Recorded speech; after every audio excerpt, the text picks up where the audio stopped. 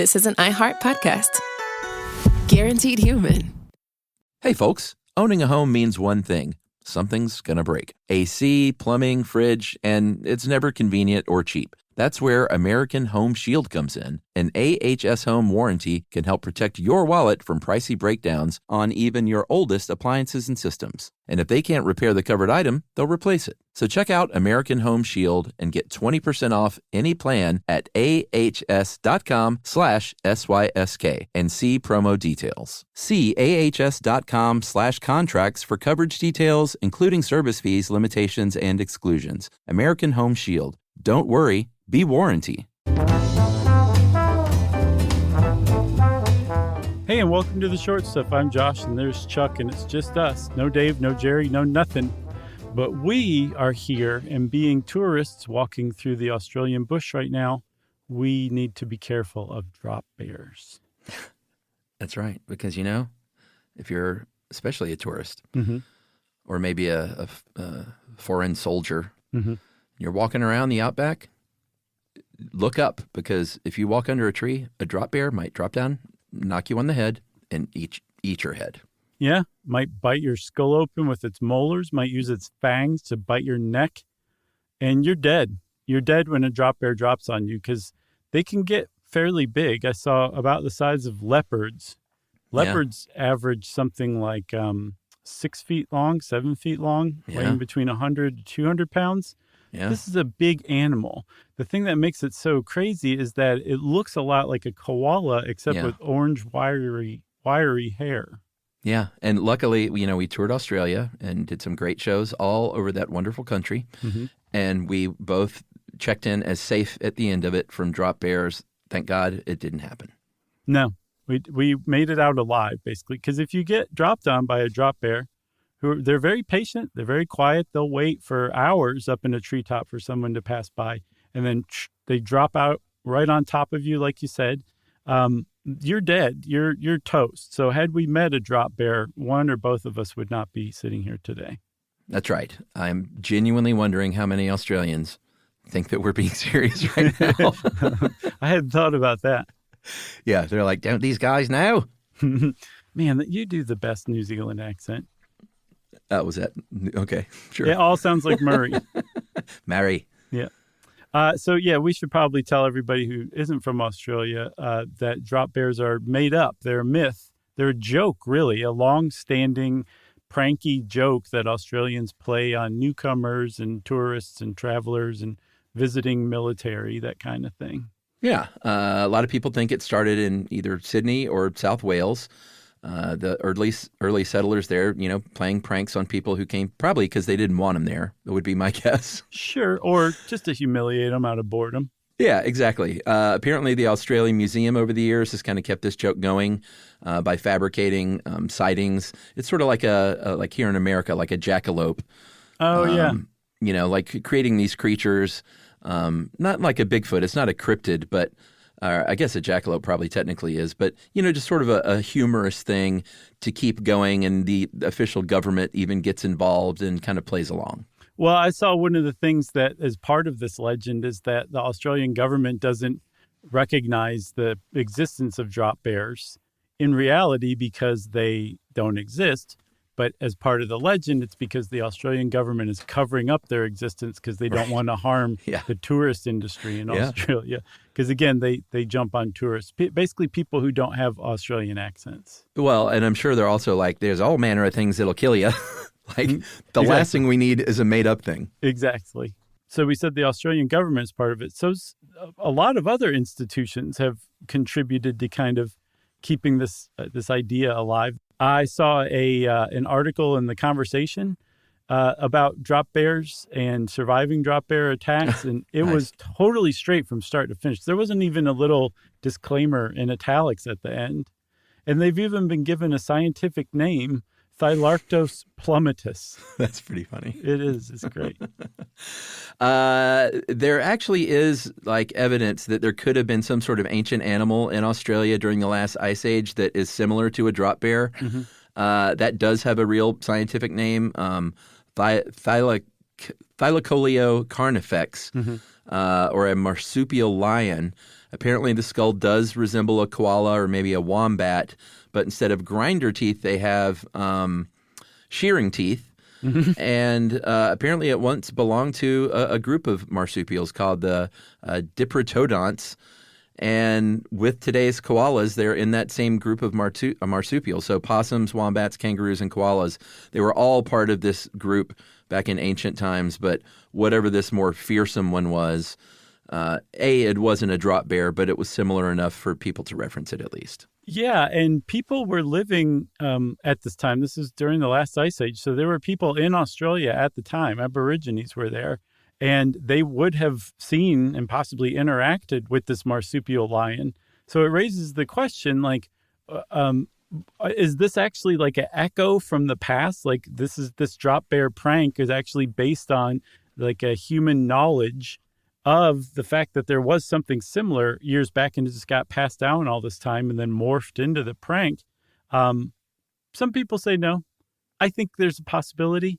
It just seems weird to have come up with that independentally.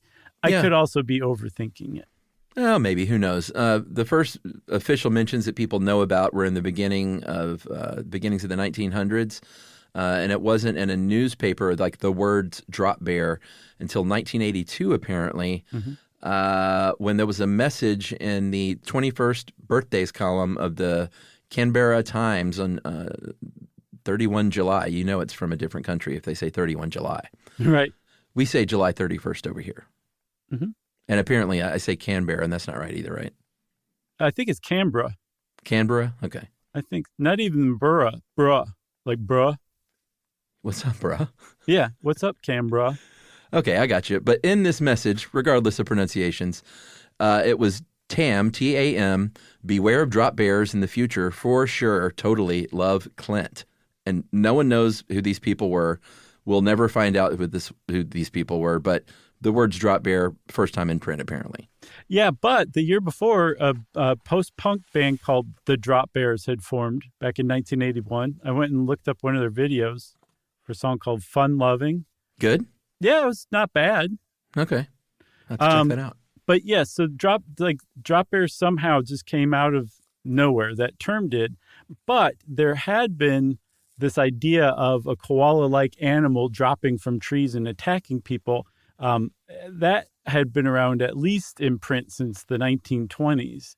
It seems to have been a military prank. Like that's where it kind of was kept alive all of the decades. But it eventually made the leap to pop culture thanks to a guy known in Australia as Hogs. His name is Paul Hogan. Here in the United States, we know him as Crocodile Dundee. I say we take a break. That's quite a cliffhanger when you got Crocodile Dundee hanging out there. Mm-hmm. And we'll be right back after this.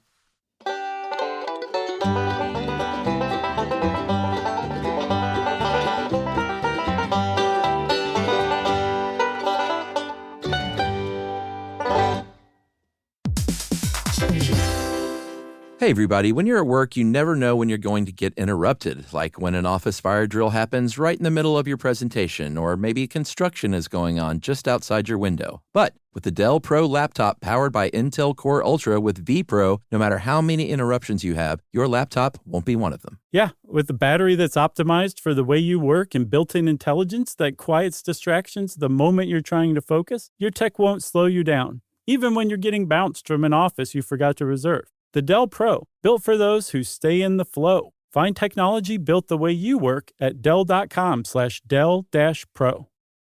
Built for you. Spectrum Business keeps businesses of all sizes connected seamlessly with fast, reliable internet, advanced Wi-Fi, phone, TV, and mobile services. That's right. And Spectrum Business offers 100% U.S.-based customer support 24/7 to help you stay up and running. And they offer tailored connectivity solutions with packages built for your business budget. Yeah, so it's no wonder millions of business owners rely on Spectrum Business to keep them connected. Visit spectrum.com/business to learn more. Restrictions apply. Services not available in all areas.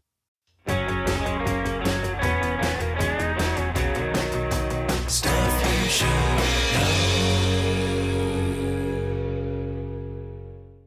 All right, we promised talk of Crocodile Dundee.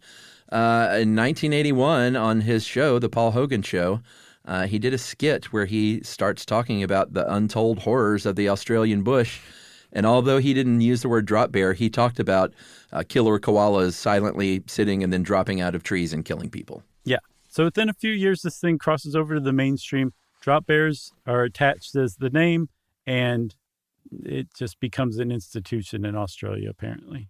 That's right. And we've gotten real tips because, they like to play along with this stuff. And so you can actually get real published tips on how to avoid being killed by these, right?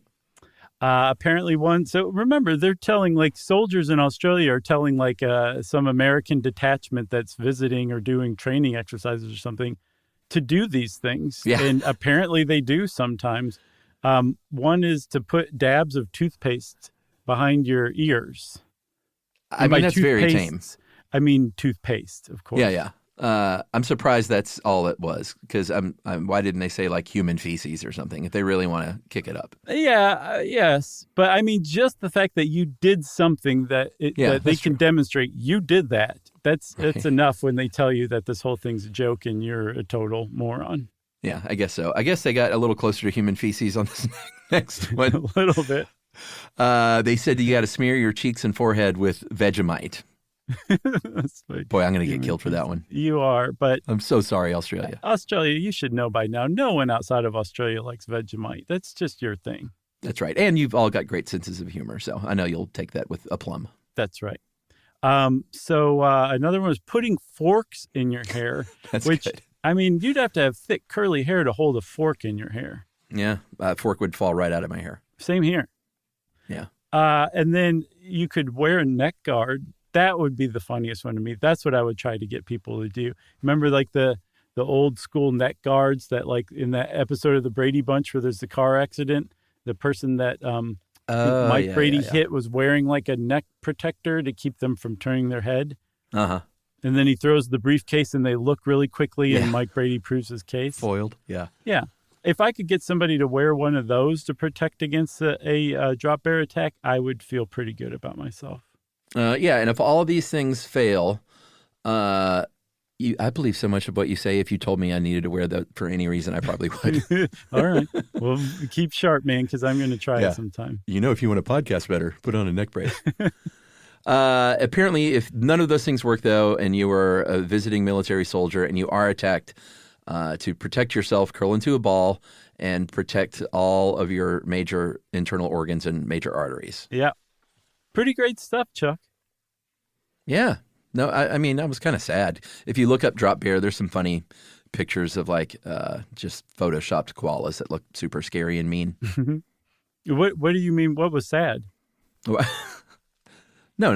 Did I say sad? Yeah, you said it's kind of sad. Did I? Either that or I've just totally lost my mind finally. In my mind, I said funny.